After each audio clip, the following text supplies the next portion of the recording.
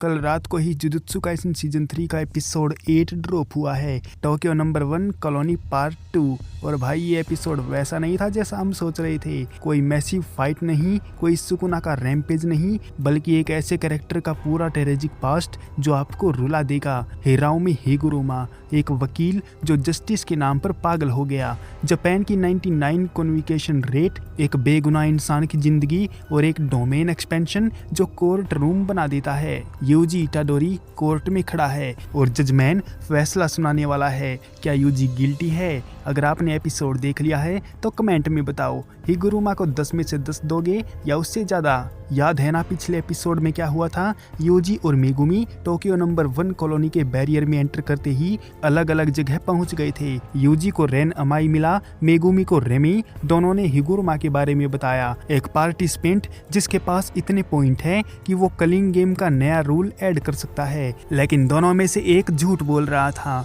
पूरा देख नहीं तो तेरी जी मार लूंगा।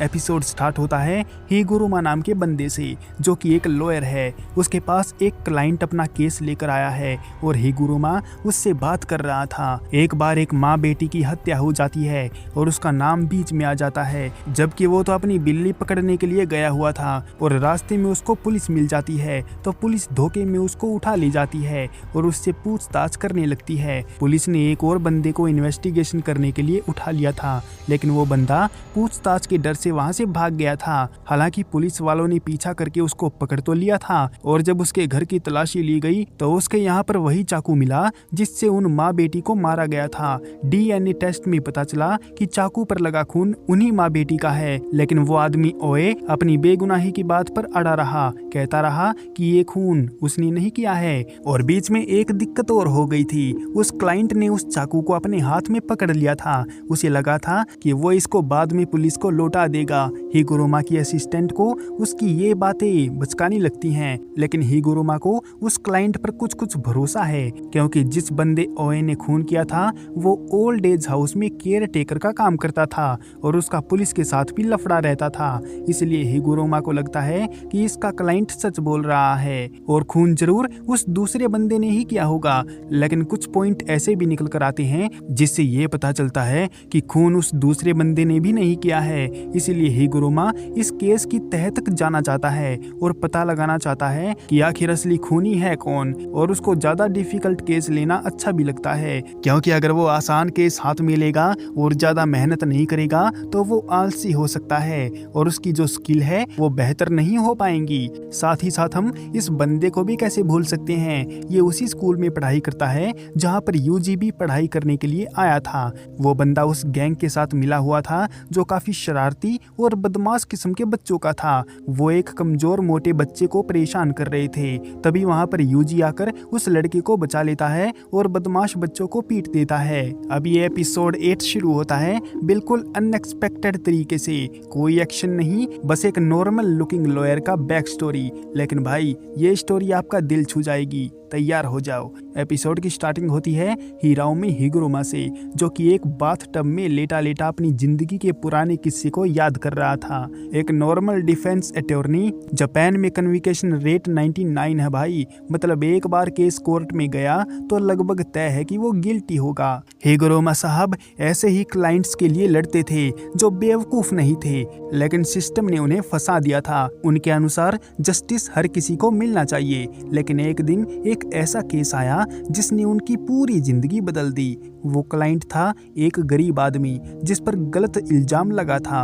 हिगुरुमा ने पूरा जोर लगाया, एविडेंस इकट्ठा किए, अपील किया, लेकिन कोर्ट ने क्या किया? Direct guilty, life sentence. Higuruma court में चिल्लाए, ये न्याय नहीं है, रीट्रायल दो, रीट्रायल दो। लेकिन जज ने मना कर दिया।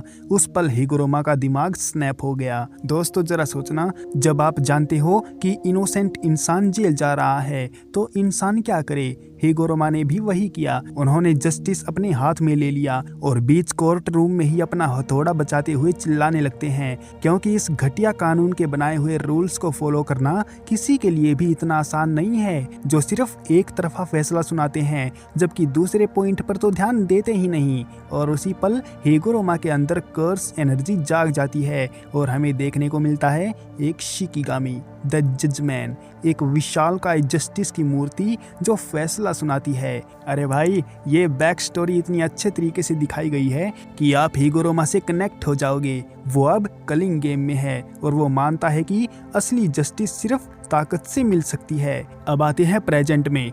यूजी इटाडोरी शिंजुकू या इकेबुकुरो कहीं ना कहीं हिगुरोमा से मिलता है।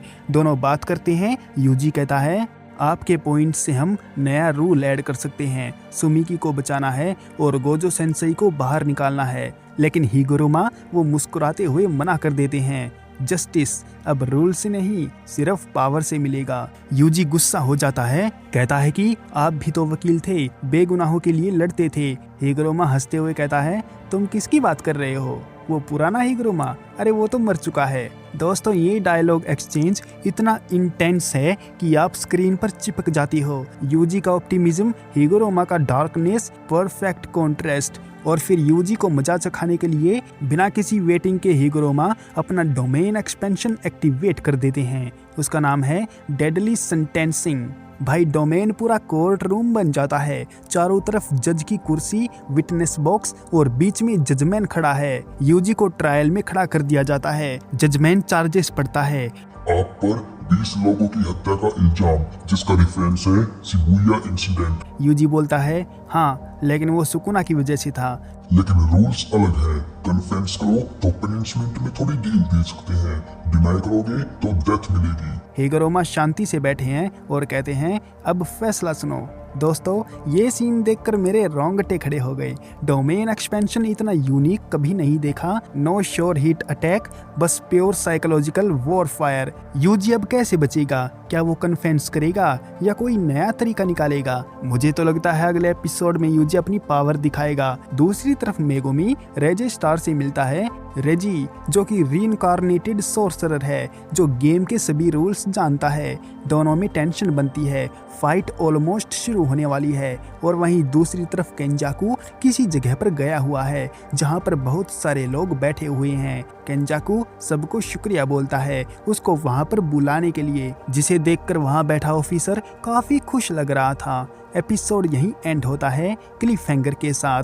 यूजी डोमेन में फंसा, मेगुमी फाइट के लिए रेडी है और हम सब अगले एपिसोड का इंतजार कर रहे हैं। तो दोस्तों, ये था जुजुत्सु काइसेन सीजन 3 एपिसोड का पूरा ब्रेकडाउन। हिगुरोमा बिल्कुल सुकुना लेवल का पोटेंशियल रखता है। कुछ फैंस तो कह रहे हैं वो सुकुना को भी हरा सकता है फ्यूचर में। आपको क्या लगा? हिगुरोमा बेस्ट न्यू कैरेक्टर है या नहीं? कमेंट में जरूर बताना। अगले एपिसोड में यूजी वर्सेस हिगुरोमा का रियल फाइट, मेगुमी का बैटल और शायद गोजो के बारे में हिंट मिल सकती है। लाइक कर दो अगर इमोशनल लगा, शेयर करो अपनी एनीमे गैंग के साथ, सब्सक्राइब कर लो नेक्स्ट एपिसोड के लिए। मिलते हैं नेक्स्ट वीडियो में। Jujutsu Kaisen forever. सायोनारा।